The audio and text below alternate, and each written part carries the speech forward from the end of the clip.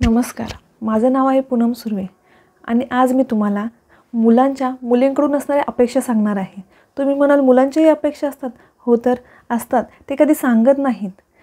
पण त्याच अपेक्षा मुलींकडून पूर्ण न झाल्यामुळे त्यांचे रिलेशनशिप जास्त वेळ टिकत नाही आणि खूप मिसअंडरस्टँडिंग होतात। तर चला बघूया त्या अपेक्षा कोणत्या आहेत। मुलांची पहिली अपेक्षा आहे रिस्पेक्ट। बघा, मुलांना आपण लहानपणापासून शिकवतो की महिलांची रिस्पेक्ट करत चला, त्यांची किंमत करत चला आणि ते तसं करतात सुद्धा। पण मुलींचं काय? मुलींना हे सगळं सांगायचं राहून जातं का आपलं?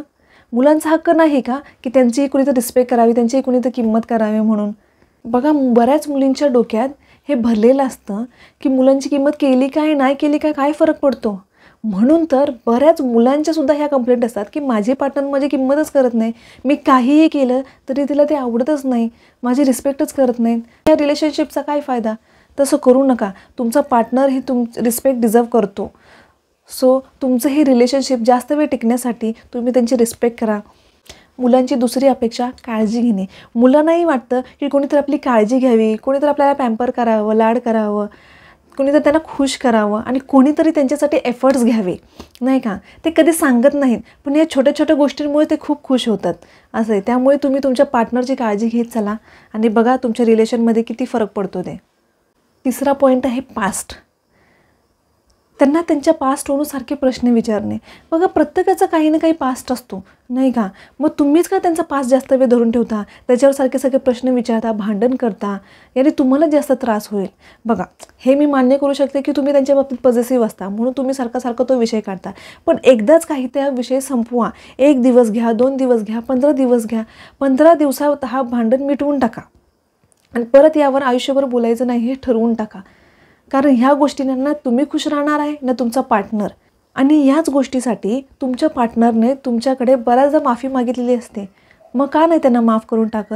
ह्या गोष्टी धरून ठेवू नका, याने ना तुम्ही सुखी राहणार आहे ना तुमचा पार्टनर। मग त्यांना एकदाच माफ करून टाका। आणि माफ केला याचा अर्थ असं नाही की तुम्ही परत त्यावर त्यांना टोमणे देत राहणार नाही, तुम्ही तो परत कधीच विषय काढू नका। बघा तुमचं रिलेशन किती छान होईल ते। चौथा पॉईंट आहे मित्र। बऱ्याच मुलांच्या मित्रासोबत खूप प्रॉब्लेम असतो। ते त्यांचे मित्र कमी करण्यामागे लागलेले असतात आणि स्पेशली फिमेल फ्रेंड असल्यावर। असं का? जर त्यांची फ्रेंडशिप खूप प्युअर असेल तर, किंवा काही कामानिमित्त असेल तर, कदाचित त्यांचे हे मित्र तुम्ही आयुष्यात येण्याच्या आधीपासून नसतील तर, असं नाही की समजून घ्या ना। जर तुम्ही त्यांना समजून घेतलं तर ते फ्रेंडशिपपेक्षाही तुम्हाला जास्त महत्त्व देतील आणि यानेही तुमचं रिलेशन चांगलं टिकायला मदत होईल। 5वा पॉईंट आहे बिझी असणे। जर तुमचा पार्टनर बिझी आहे तर याचा अर्थ असा होत नाही की तो तुम्हाला कमी अटेन्शन देतोय, तुम्हाला कमी महत्त्व देतोय। कदाचित तो त्याच्या कामाला जास्त महत्त्व देत असेल आणि तशी त्याला गरजही असेल, आणि तो जे काही करतोय ते तुमच्या फ्युचरसाठीच करत असेल ना, त्याच्या फॅमिलीसाठी करत आहे, नाही का? जर तुमचा पार्टनर खूप बिझी आहे कामामध्ये तर याचा अर्थ तुम्ही स्वतःला खूप लकी समजू शकता की तुम्ही एका खूप रिस्पॉन्सिबल माणसासोबत आहात, ज्याला तुमच्या भविष्याची काळजी आहे, तुमच्या फॅमिलीची काळजी आहे। सो त्यांना समजून घ्या, त्यांना साथ द्या। 6वा पॉईंट आहे लॉयल्टी। बाकी सगळ्या अपेक्षा सोडा, पण ही अपेक्षा खूप महत्त्वाची आहे जी तुमच्या रिलेशनसाठी तुम्ही केलीच पाहिजे। बघा, तुम्हाला कदाचित माहिती नसेल की तुमचा पार्टनर जे काम करतोय ते कदाचित तुमच्यासाठी करत आहे, त्याने संपूर्ण आयुष्य तुमच्यासाठी प्लॅन केलं असेल।